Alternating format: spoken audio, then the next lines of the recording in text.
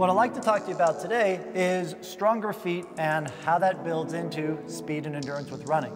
Now, I don't know about you, Sarah, but the last time I was in one of my local running stores, everything is over pronation, and so much stability shoes out there. Have you seen that? Definitely, yeah, there's the whole range. Yeah, you know, and I think every company's got it. Yeah, you really need to address the issue of how to run. They're just putting a Band-Aid over the problem rather than addressing the root of the problem. Now, the reality is, typical foot strike should be that our heel's gonna land kind of on the outside of the foot, and then we will pronate into the inside of that medial arch, which is what we're supposed to do to get power. Now, overpronation comes when that inside of that arch collapses and drops too far in, and then we can't get a good push off onto the big toe. So what's happened with a lot of these shoes, you know, is we build up that inside of that foot so it doesn't roll in, and that can maybe create its own set of problems with keeping the foot way outside. But what I've found works really well is actually just doing some good foot strengthening exercises that can basically strengthen the feet back up because they've just gotten weak. So I think what would be good for us to kind of show everybody today is go through our hop circuit, you know, both with our single and double legs to kind of give an example of how we can strengthen our feet and use them better when we run so that we can fight this overpronating epidemic. Okay. Cool. So Sarah, why don't you show what we start off with in our routine, which is what we call the single leg hops. So single leg hop, it's very low amplitude, so it's not going very high or very far, but it's really just trying to teach good foot mechanics and biomechanics with what that foot and those three arches are supposed to do. Let's see what that looks like, Sarah. Nice. So you can see, you know, we're not going more than a couple inches up into the air and not more than probably, you know, 9–10 inches forward. But the idea is it's a lot of foot balance and you're basically propelling yourself forward through the foot. Let's see what that looks like on the other side. Nice. So what we like to do here is make sure that we're going to do the hop circuit on both the left side and the right side. One, because it's going to show what the difference is between, you know, between feet. You know, is my left foot stronger than my right foot, you know, or vice versa, whatever it may be, so that we can really identify where those strengths and weaknesses are. Now, to throw a little bit of a twist on it, we can do it backwards as well. Why? Because visually, our eyes spatially try to create balance and proprioception. But if we then go and do it backwards, we don't have that visual landmark, so it activates those feet much more. It's a much harder exercise, and a lot of people will fall off balance when we start it, but it's really great for that routine. Sarah's great at these. Let's see what that looks like.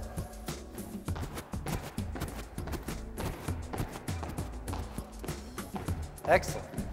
So you see with Sarah, not a lot of pronation, foot's landing and pushing through. The upper body's nice and still. All the work is just coming through the foot. There's not a lot of movement going on in the hips or the knees or the back to try to help with the movement. It's really just about working those feet.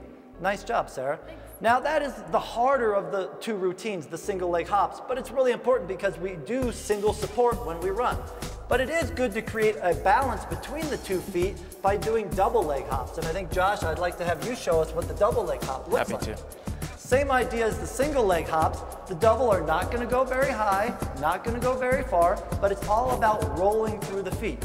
Let's see what that looks like, Josh. And you kind of look like a bunny rabbit doing these, Yeah. and that's okay. Yeah, bunny hops, whatever you want to call it. You know, if you're confident with that, we'll go with that. Again, short hops, really simple, landing flat, either heels or flat, and then rolling through the toes to push off those toes. All right, Josh, let's see what that looks like again. Now you see Josh is a big ultra distance runner in our group, you know, where Sarah's my 1500 meter 3K specialist. She's got a lot of pop to it, you know. Speedier athletes have pop, you know. Josh out there banging his 30-mile runs, those legs get tired, right? So this is a great retune up and builds up that nervous system to get some speed back in those legs. Absolutely. So to throw that twist in again for balance and coordination, we do the double leg hops backwards. How's that feeling, Josh? Feeling pretty good. Feeling pretty good? You're Yeah. lucky you're not doing the single leg hop. Yeah, exactly. I appreciate right. Sarah doing the heavy lifting for us. Yeah, now, all right, well, let's see what that looks like one more time going backwards. Cool. So we're looking at one foot's not coming back further than the other, one's not pushing off sooner than the other. It's creating a good neural balance. Nice. So single leg and double leg hops are excellent to build what we call these stirrup muscles that really support the arch. We have 3 arches. We have a medial arch, a lateral arch, and a metatarsal arch. So all of those are activated in this routine because we're really focusing on just pushing through the ground on those feet.